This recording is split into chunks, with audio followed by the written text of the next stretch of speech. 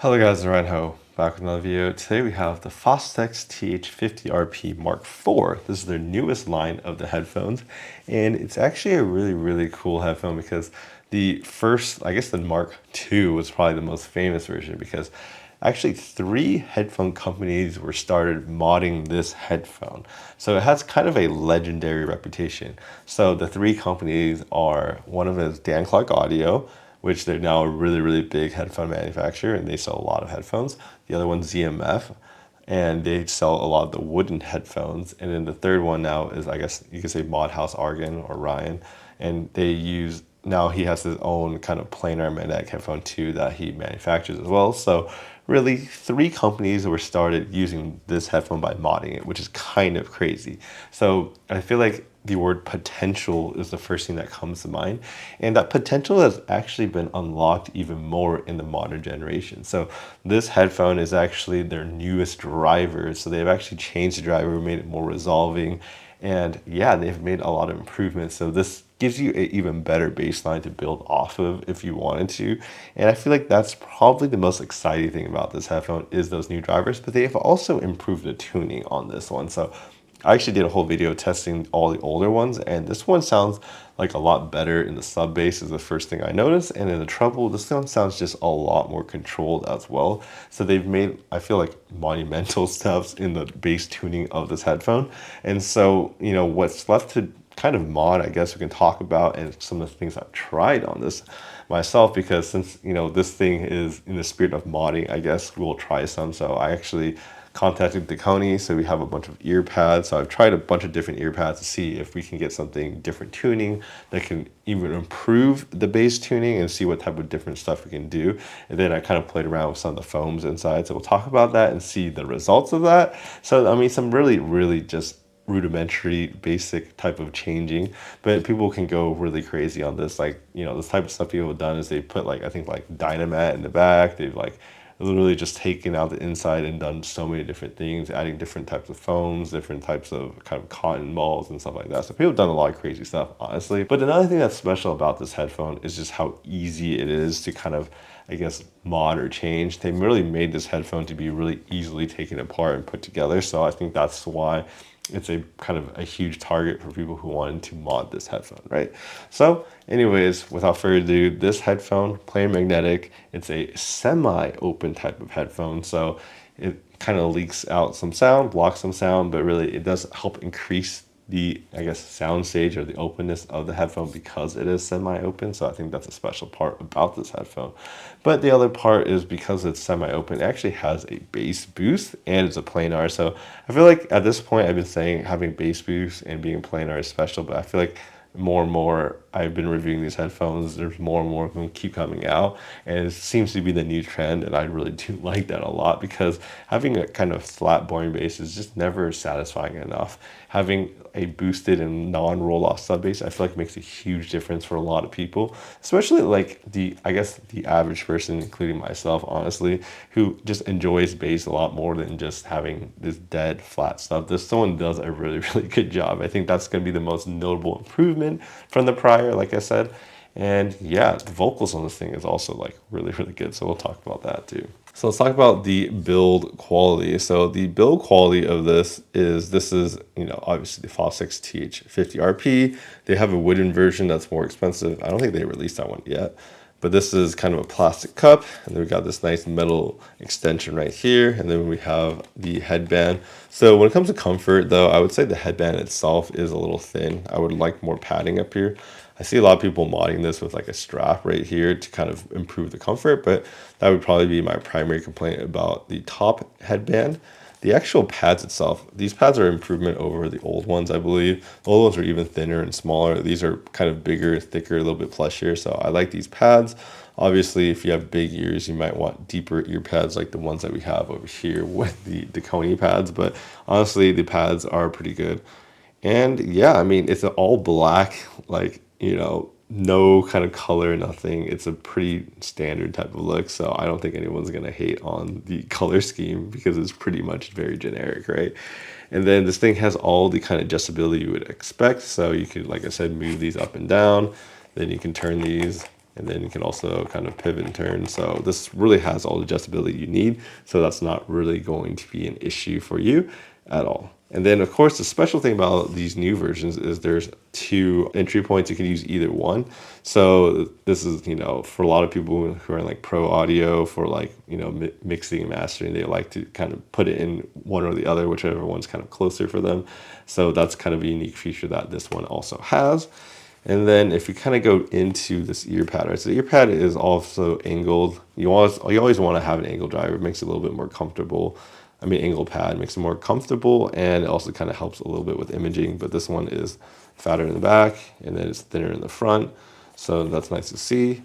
And then taking off the pads, which I've done hundreds of times already for this review, we have the actual new driver in here. It looks really, really cool.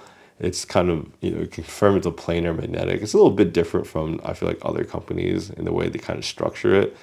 And then this foam actually is something that's really interesting. So this foam is very essential. It literally helps you get the bass. It tunes a lot of the lower frequencies, in my opinion. And I took it out actually, so it's really easy. They don't glue it in or anything, so you can take it out and it sounds like you have no bass, and it sounds very hollow. It's very bad, honestly, without this foam. So this foam does a lot of tuning, so I would suggest leaving it in there. Of course, you can obviously play with it, but this to me is pretty much essential for the tuning of it. And then they have a little cool design where it kind of just like sits right there, so it prevents it from like turning and shifting. So a pretty nice design, but like I said, this headphone's very moddable. They don't really glue stuff like this in to help you kind of change things if you want to, and kind of open this whole thing up if you want to. So that's really, really nice addition, and pretty much the reason why a lot of people like this headphone, right? You can really change it to your heart's desire if you want to. So how is this headphone in actual practical use, right? So we talked a lot about modding. Modding suggests that there's something wrong with it and you can improve it, right? Which I would say most likely the headband is probably the number one thing that people would probably want to improve on this. But for the actual bass sound, the sound is actually really, really, really good for planar. And it's actually, I feel like, in my opinion, there's 2 different types of planars at this point now. There's planars that have this like I guess this mid-range, upper mid-range dip, like a hi-fi man. And then there's new, I guess, tuned kind of planars like the Odysseys, like the MM100, the MM500, the Odyssey LCD5, which have like, they basically sound like the HD600, which you have a full mid-range, very full, very nice and filled in. And this one actually goes more towards the Odyssey. So this one has a really, really forward upper mid-range. So you're getting a lot of that vocal presence, a lot of that body. So this honestly not that common to see that many planars like that. And I feel like for the T50RP, they've achieved that in this one. So I feel like that's a really, really good tuning. The bass and the sub bass on this is also lifted, not flat. You get some deep sub bass. Like, I feel like this might be one of the best sub bass of like any Fostex I've heard, to be honest. Like, the sub bass on this is actually pretty impressive about how kind of deep it goes. Obviously, I think there's still some improvement in like the lowest end, but honestly, this has a lot of sub bass. And then with that, the mid range is almost perfect, to be honest. I would say the mid range is basically perfect on this thing. You get a very vocal forward type of sound for a kind of Fostex, which I don't know if that's really what most people got before. So you get a very vocal forward type of sound. I would say the one area improvement of this headphone is for the treble. So it depends on how you look at it, right? The original Fostex had a lot of treble, too bright in my opinion. I feel like they fixed that. This thing is not bright at all. It's not even harsh, honestly. In stock form, it's very, very, very good. So in stock form, this thing is just easy to listen to. This is a very, very, almost like, I would say pretty much a warm headphone at that point. Very easy to listen to. You got the boosted bass, you got the treble that's a little reduced, and then you got that kind of forward mid-range. So you could say it's pretty much a warm headphone in default tuning. But I feel like the treble could be emphasized a little bit more and bring back a little bit more of that detail in the top end, a little bit more airiness. And, I feel like definitely that's the major part that I would be looking to, I guess, improve more with these other pads, right? I think default tuning is really good. It's pretty much inoffensive. Everyone can listen to it and have fun. I think most people nowadays want more bass and not to just rock out on the headphones. I feel like the default pads on this really does that. And I feel like it's honestly a really good headphone already without even needing to change pads or anything. It's very fun and honestly recommend it compared to, like, say, more boring type of like hi-fi bands, you're getting a lot more bass, a lot less treble than those type of headphones. So it's a very different type of planar than the typical like ones that you're getting a lot from, I guess, the Chinese companies who do a lot of flat bass, a lot of brightness type of sound, right? So let's talk about soundstage and imaging, right? So for soundstage and imaging, obviously because this is a semi-open, it actually has a pretty decent soundstage. I would say because it's semi-open, I feel like it does limit the width a little bit, but it does sound very, very tall, and it still sounds wider than a typical closed back. So I feel like this is a pretty nice soundstage, but not as open as the most open backs, I guess, if that makes any sense. And then when it comes to imaging, I feel like that's the one place where this headphone really, you know, I was playing a lot of games with it, and like I honestly wouldn't recommend playing like competitive games to like track enemies. It wasn't very enjoyable experience. It was a pretty mediocre, to be honest. So for imaging, it's not really going to be the #1 pick for me if you're trying to kind of find your enemies and locate them. Now let's talk about the different mods that you can do with this headphone, right? So we have a whole stack of pads that we'll go through. So we have a variety of pads, right? So obviously we have the default pads, and then we have these ones, which is actually a TH900, which is the more expensive bigger brother headphone, but they're kind of like, you can just stretch them a little bit and they'll fit on there. And for these leather ones, they sound pretty similar to stock, but the bass just doesn't sound as kind of thumpy and a little bit more rumbly as the default pads. So I feel like if you just want leather pads, the default pads do a better job at the lowest bass. So it kind of defeats the point. And I feel like in the upper regions, they sound about the same for the vocals and the trebles. So there's not really much of improvement. In fact, you're just losing a little bit more of the bass. So not going to recommend these ones, right? Now we have the fenestrated pads. Fenestrated pads help a little bit. But they also, because they have the holes, you're kind of losing a little bit of the bass, but not too much. You're getting a little bit more of the brightness, but not too much on the kind of top end treble, to be honest. It's not really that much of a improvement or difference that I would recommend the fenestrated either. It is better, I think, than the leather, but it's not a big enough change that I'm looking for the sound, because what I'm really looking for is that top and treble to kind of open up, be a little bit more clear. That's what I'm really aiming for. And this one didn't really achieve that, but I think it did a little bit better job. So if you want something less dark, then I would say the fenestrated is actually a way to go, and you get the nice leather, right? Now we have the velours. So these are actually, I mean, these are made for TH50RP. So these are actually custom made for these type of headphones, and they're the correct size, very easy to put on. And for these ones, I found them to be less bassy. I found them to be actually getting a little bit more of your kind of, like, I guess, upper treble back, but not at the highest like air levels you're getting back, but you're getting a little bit more treble, so it sounds a little bit more clear. The vocals sound a little bit more forward on this one, so it is definitely an improvement if you're looking for a little bit more kind of clarity in your sound. But you know, the last one is the most special one, I think.